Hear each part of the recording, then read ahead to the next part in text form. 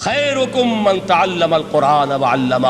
خیر جب لفظ آتا ہے بغیر من کے، ورنہ تو آتا ہے خیر من ہو، تو یہ ہوگی کمپیریٹیو جو ایک ایڈجیکٹیو جو ہوتی ہے، لیکن یہ سپرلیٹیو ڈگری ہے جب بغیر من کے ہوگا. خیرکم، دی بیسٹ امنگسٹ یو، جو تم میں بہترین لوگ ہیں وہ کون ہیں؟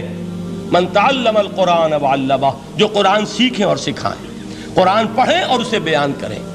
آج جان لیجئے سب سے بڑی ضرورت اس بات کی ہے کہ آج کا قرآن پڑھیں. آپ حیران ہوں گے کہ یہ کیا کہا اس میں. دیکھیے قرآن اترا ہے 1400 برس پہلے، لیکن تا قیام قیامت نوع انسانی کو جتنے مسائل درپیش ہوں گے ان سب کا حل اس میں ہے. البتہ کھودنا پڑے گا، گہرائی میں اترنا ہوگا. ایک قرآن کی سطح ہے، اس سطح نہیں، اس کی گہرائیوں کے اندر غوطہ زنی کرو. قرآن میں ہو غوطہ زن اے مرد مسلمان. اور آج کا قرآن یعنی آج کی ہدایت جو اللہ نے اس میں رکھی ہوئی ہے، ڈگ اٹ آؤٹ، اس کو نکالو اس کے اندر سے. ابھی میں حدیث جو آپ کو سناؤں گا اس میں یہ تصور آئے گا سامنے اور واضح ہو کر. آج کے انسان کی رہنمائی اس قرآن سے اخذ کر کے انسان تک پہنچاؤ. یہ ہے فریضہ محمد الرسول اللہ کی امت کا صلی اللہ علیہ وسلم. آپ نے وہ حدیث سنی تھی کہ بلغوا عنی ولو آیۃ. حضور نے خطبہ حجۃ الوداع میں پہلے تو گواہی لی مسلمانوں سے، 1.25 لاکھ کا مجمع جمع تھا. حجۃ الوداع آخری حج. آپ نے اپنے خطبے میں، جس کے چند جملے میں سنا چکا ہوں آپ کو ایچ جی ویلز کے حوالے سے، اپنی تعلیمات کے اہم نکات کو بار بار دہرا کر بیان کیا، ہیمر کیا، اچھی طرح ذہنوں میں اتارا. اس کے بعد ایک سوال کیا، الا هل بلغت؟ لوگوں میں نے پہنچا دیا کہ نہیں؟ اور پورے مجمع نے کہا انا نشہد انک قد بلغت. بلکہ ایک روایت میں الفاظ بڑے پیارے آئے ہیں، انا نشہد انک قد بلغت الرسالۃ وادیت الامانۃ ونصحت الامۃ وکشفت الغمۃ. ہاں حضور ہم گواہ ہیں، آپ نے امانت ادا کرنے کا حق ادا کر دیا، رسالت کے فرائض کا حق ادا کر دیا، امت کی خیر خواہی کا حق ادا کر دیا، اور آپ نے گمراہی کے پردوں کو چاک کر دیا، اندھیروں کو چاک کر دیا. 3 مرتبہ حضور نے سوال کیا، 3 مرتبہ جواب لیا.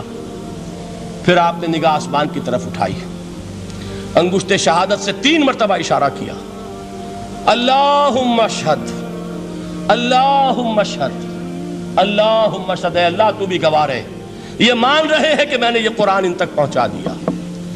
یعنی جسے آپ انگریزی میں کہتے ہیں سائی آف ریلیف، کہ ایک بڑا بھاری بوجھ آ پڑا تھا، بڑی ذمہ داری تھی. انا سنلقی علیک قولا ثقیلا، اے محمد ہم آپ پر ایک بڑی بھاری بات ڈالنے والے ہیں. اے اللہ گواہ رہے کہ وہ بوجھ میرے کاندھے سے اتر گیا. یہ تسلیم کر رہے ہیں کہ میں نے حق امانت ادا کر دیا.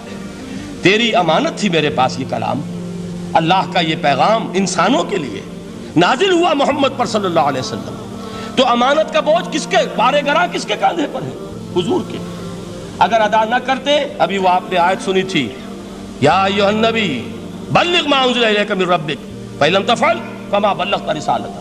یا ایھا الرسول، اے رسول صلی اللہ علیہ وسلم پہنچا دیجئے جو کچھ نازل کیا گیا ہے آپ پر آپ کے رب کی طرف سے، اور اگر بالفرض آپ نے ایسا نہ کیا تو امانت کا حق ادا نہیں ہوگا، رسالت کا حق ادا نہیں ہوگا. حضور نے پہنچا کر گواہی لے کر جیسے کہ ایک اطمینان کا سانس لیا، اللہم اشہد، اللہ تو بھی گواہ رہے. اس کے بعد آپ نے فرمایا تھا وہ چھوٹا سا جملہ جو آپ میں سے ہر شخص بآسانی یاد کر کے اٹھ سکتا ہے، فَلْيُبَلِّغِ الشَّاهِدُ الْغَائِبَ. اب پہنچائیں وہ جو یہاں ہیں ان کو جو یہاں نہیں ہیں، اس لیے کہ میری رسالت پوری نوع انسانی کے لیے ہے. وقت فرصت ہے کہاں، کام ابھی باقی ہے، نور توحید کا اتمام ابھی باقی ہے. ابھی تو ہند تک یہ پیغام جانا ہے، چینیوں تک جانا ہے، ابھی یورپ میں اس پیغام کو پہنچنا ہے. دی اذانیں کبھی یورپ کے کلیساؤں میں، کبھی افریقہ کے تپتے ہوئے صحراؤں میں. یہ کون کرے گا؟ اے امت محمد، یہ ذمہ داری اب تمہاری ہے صلی اللہ علیہ وسلم. اسی کو آپ نے مزید تاکیداً فرمایا، بلغوا عنی ولو آیۃ.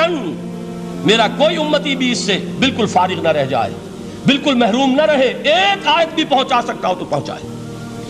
یہ ہے وہ ذمہ داری کہ جو اس حدیث کی روح سے خیرکم من تعلم القرآن وعلمہ. ایک ہوتا ہے ذمہ داری کو ایک بوجھ کی حیثیت سے، ایک فرض کی حیثیت سے بیان کرنا. یہاں ہے تشویق اور ترغیب کا انداز. کون نہیں چاہتا کہ میں بہتر سے بہتر کیریئر اختیار کروں؟ کون نہیں چاہتا کہ میری زندگی اعلیٰ سے اعلیٰ ہو؟